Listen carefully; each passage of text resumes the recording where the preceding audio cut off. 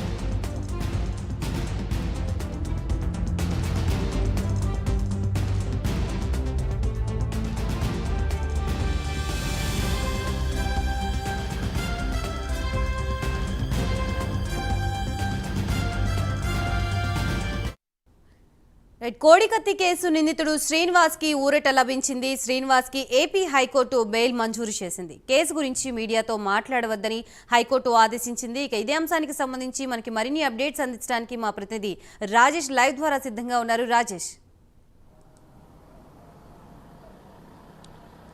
గాయత్రి, ఆంధ్రప్రదేశ్లో సంచలనం సృష్టించిన అప్పటి ప్రతిపక్ష నేతగా ఉన్న సీఎం జగన్మోహన్ రెడ్డికి సంబంధించి కూడా ఎయిర్పోర్ట్లో కూడా దాడి జరగడంతో దేశవ్యాప్తంగా కూడా ఒక సంచలనం సృష్టించిందని చెప్పుకోవచ్చు. దానికి సంబంధించి నిందితుడిగా ఉన్న శ్రీనివాస్ ఎవరైతే ఉన్నారో 5 ఏళ్ల నుంచి కూడా జైల్లోనే మొగ్గిపోతున్న పరిస్థితి అయితే ఉంది. దానికి సంబంధించి గతంలో కూడా అనేక సార్లు బెయిల్కి పెట్టుకున్నప్పుడు కూడా ఎన్ఐ కోర్టు దాన్ని తోసిపుచ్చిన పరిస్థితి అయితే ఉంది. అయితే ఇటీవల కాలంలోనే శ్రీనివాస్కి బెయిల్ ఇవ్వాలంటూ కూడా దాదాపు 5 ఏళ్ల నుంచి కూడా ఈ కేసు ముందుకు సాగటం లేదు. ఇది కక్షపూరితంగా వ్యవహరిస్తున్నారంటూ కూడా ఇటీవల కాలంలోనే ఇది బెయిల్కి సంబంధించి కూడా కొంత ఉద్యమం అయితే తీవ్రతరమైందని చెప్పుకోవచ్చు. అటు దళిత సంఘాలతో పాటు శ్రీనివాస్ తల్లి సోదరులు కూడా ఈ మధ్యకాలంలో కొంత దీక్షలు చేస్తున్న పరిస్థితి కూడా కనిపించింది. అయితే దళిత సంఘాలు కూడా ఇటీవల కాలంలోనే గవర్నర్ కూడా కలిసి ఇది కక్షపూరితంగా వ్యవహరిస్తున్నారు, సీఎం జగన్మోహన్ రెడ్డి కోర్టుకు వచ్చి సాక్ష్యం చెప్పట్లేదంటూ కూడా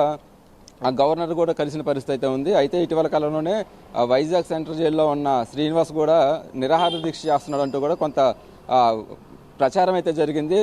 తల్లి సోదరులు కూడా విజయవాడలో దీక్షలు చేసినప్పుడు కూడా పోలీసులు కొంత దాన్ని భగ్నం చేసిన పరిస్థితి అయితే ఉంది.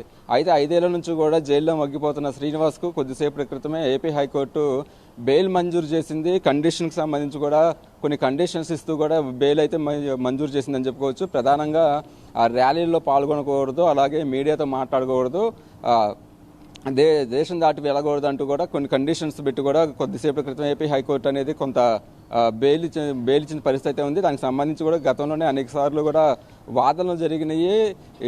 ఎన్ఐ కోర్టులో కూడా దీన్ని విచారణ జరిగిన నేపథ్యంలో కూడా అక్కడ బెయిల్ పిటిషన్ కూడా వాళ్ళు తోసిపుచ్చారు. తర్వాత ఏపీ హైకోర్టును కూడా శ్రీనివాస్ తరఫున లాయర్లు ఆశ్రయించారు. అయితే దాని మీద విచారణ జరిగినప్పటికీ కూడా జనవరి 24న తీర్పునైతే రిజర్వ్ చేశారు. అయితే కొద్దిసేపటి క్రితమే ఏపీ హైకోర్టులో కూడా ఈ తీర్పునైతే చెప్పడం జరిగింది. ఆంధ్రప్రదేశ్లో అప్పుడు ప్రతిపక్ష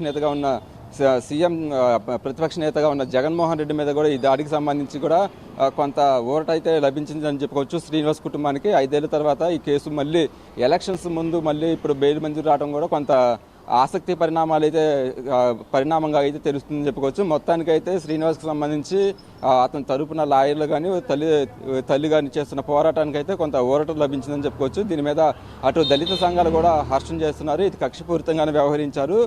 సీఎం జగన్మోహన్ రెడ్డి కోర్టుకు హాజరు కాకుండా కూడా ఇది ఒక రాజకీయ లబ్ధిగా కూడా దీన్ని వాడుకునే ప్రయత్నం చేశారంటూ కూడా అనేక ఆరోపణలు వచ్చిన నేపథ్యంలో కూడా 5 ఏళ్ల తర్వాత శ్రీనివాస్కి బెయిల్ అయితే వచ్చింది. దానికి సంబంధించి కూడా కొద్దిసేపటిమే ఏపీ హైకోర్టు అయితే ప్రకటించింది. Gayatri, right, thank you Rajesh.